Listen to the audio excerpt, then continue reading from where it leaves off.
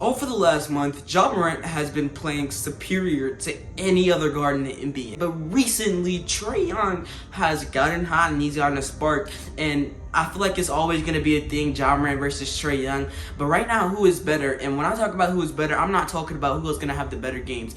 I'm talking about who is the better player, who has the better upside is one of the things I want to talk about, who is literally the better scorer and stat wise, who's going to be playing better, and who has a bigger impact on his team when it comes to winning. Instagram, Twitter, link in the description. Let's go ahead and get into it. Starting off with Ja Morant, he brings a lot to the table. When you think about Ja Morant's stats, his stats are superior. He's averaging 26.5 points per game, 5.9 rebounds per game, 6.8 assists, and that is one of the things that Ja Morant does not get enough credit for. Him being a guy that can go out there and put up 26, 6, and 6 is just, you know what, I mean, those are Westbrook type of numbers. Him and Westbrook are two different players. I'm just saying, those numbers are nice for him to be able to, go out there and, snag 6 rebounds. You look at the 49.3% field goal percentage from Ja Morant, and you're like, okay, we're talking. You look at 34.4 3-point percentage, it's not the greatest, but for Ja Morant, and considering where he came from, his 3-point shooting is really well. You also want to look at how good is Ja Morant to his team. That's one of the things I wanted to talk about. So when you talk about Ja Morant to his team, the Memphis Grizzlies are not that good of a team when they're out without Ja Morant. You also look at Ja Morant, his usage rate is a 32.5. Remember that. His usage rate is, I guess you could say, a little bit lower than most people would expect, with him averaging 6.8 assists per game and also averaging 26.5 points per game. But it just shows that he doesn't need to have the ball in his hands all the time from the score. Though, a 32.5, usage rate is still pretty high, but it's not as high as another guy that's averaging 26 and 7, because it takes them to literally have the ball and take so many tries at it just to get there. So me personally, I think Ja Morant's doing pretty good on that department. So when it comes down to how big is Ja Morant for his team to win, well, when Ja Morant's not playing, his team actually went on a very long streak.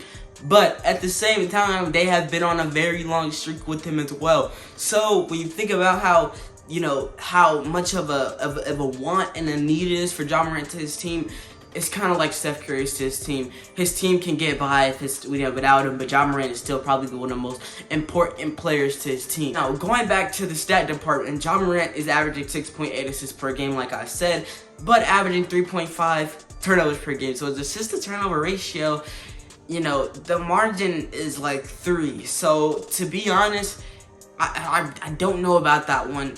3.5 turnovers per game and only getting 6.8 assists. It shows carelessness, but when you are an energy ball like Ja Morant and you do some of the things that Ja Morant does on the court, and the game is, you're asking for a few turnovers. Now, those are the two things I want to cover so far. Upside we'll get at the end of the video. Now, when you get over to Trae Young, he's definitely winning in the stat department. He's averaging 27.9 points per game. He's averaging 3.9 rebounds per game, and Ja Morant does win in that department. But you look at the 9.3 assists per game, and you're like, wow, Trae Young is doing great. And Trae Young also averages 4.1 turnovers per game, which is more than Ja Morant. But at the same time, Trae is averaging more assists, so his assist to turnover ratio is actually better than Ja, though Trae doesn't take care of the ball as much as Ja Morant. You look at the 45.8% field goal percentage from Trae Young, and you're wild. You look at the 37.9 3-point percentage from Trae Young, you're wild again. You look at the 87.4% free throw percentage, 89.4% free throw percentage from Trae Young, and you're wild once again. Now, Trae Young has a 33.9 usage rate, so it shows that he needs the ball in his hands a lot more than Ja. He's literally, if you have a 34 usage rate, that's more than 1/3 of everything of the team going through you, which is a lot to say the least. And for when people would say, with a high usage rate, that means you're a ball hog. I don't think that's what that means. And then some people will say, with a low usage rate, you don't do as much, you don't do enough. But either way, I feel like both of these players are, they have average usage rates for what they are trying to do. With Trae Young shooting, 28 points and 9 assists, he's obviously gonna have a higher usage rate than the average guy. With with Ja Morant averaging 26 points and 7 assists, he's obviously gonna have a higher usage rate as well. So now let's go ahead and get into the upside part, the best part of the video. And after this, we're gonna talk about who's better. Now, me personally, when I think about upside, I'm mostly thinking about how great a player can be in the future, but also how great can this player make his team in the future.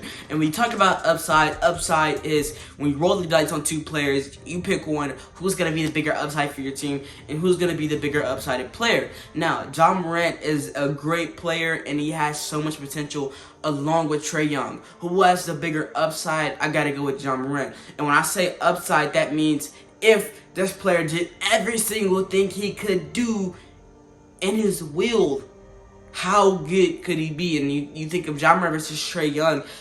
Ja Morant just has the athleticism, so if he really tries with the three-point shot, he will be a lot better, loads better than Trae Young. And his assisting is better. He takes more care of the ball. He's a more efficient player. Everything says Ja Morant has the bigger upside. Now, when you talk about who's better, we talked about how Trae Young is leading the stat department. We talked about how Ja Morant is leading, who means the most to their team. Ja Morant, he leads that. And then you talk about upside. We already said that, Ja Morant leads that. So who's the better player? Right now, in the future, who am I taking? $1 million on the line. This player is going to be better for you to live. I gotta go with Trae Young. And the reason I go with Trae Young, I know, is because of the fact that Trae Young has already proven a lot to me. And you may be like, well, look at what Ja Morant's doing right now. Everybody is talking about how good Ja Morant's playing right now. But what he's doing right now is great, but Trae Young is showing so much to me at the same time. I've watched a lot of Ja Morant games and I've watched a lot of Trae Young games. I'm 30 minutes away from the Memphis Grizzlies Stadium. I know how good Ja Morant is and I know how good Trae Young is, but I gotta go with Trae Young. Right now, in my opinion, he's just better. But look, that's for this video, man. I hope you guys enjoyed it, man. I certainly did. Drop a like and a comment if you agree with what I said in this video. And yeah, that's gonna be for me, man. I'll see y'all. Peace out.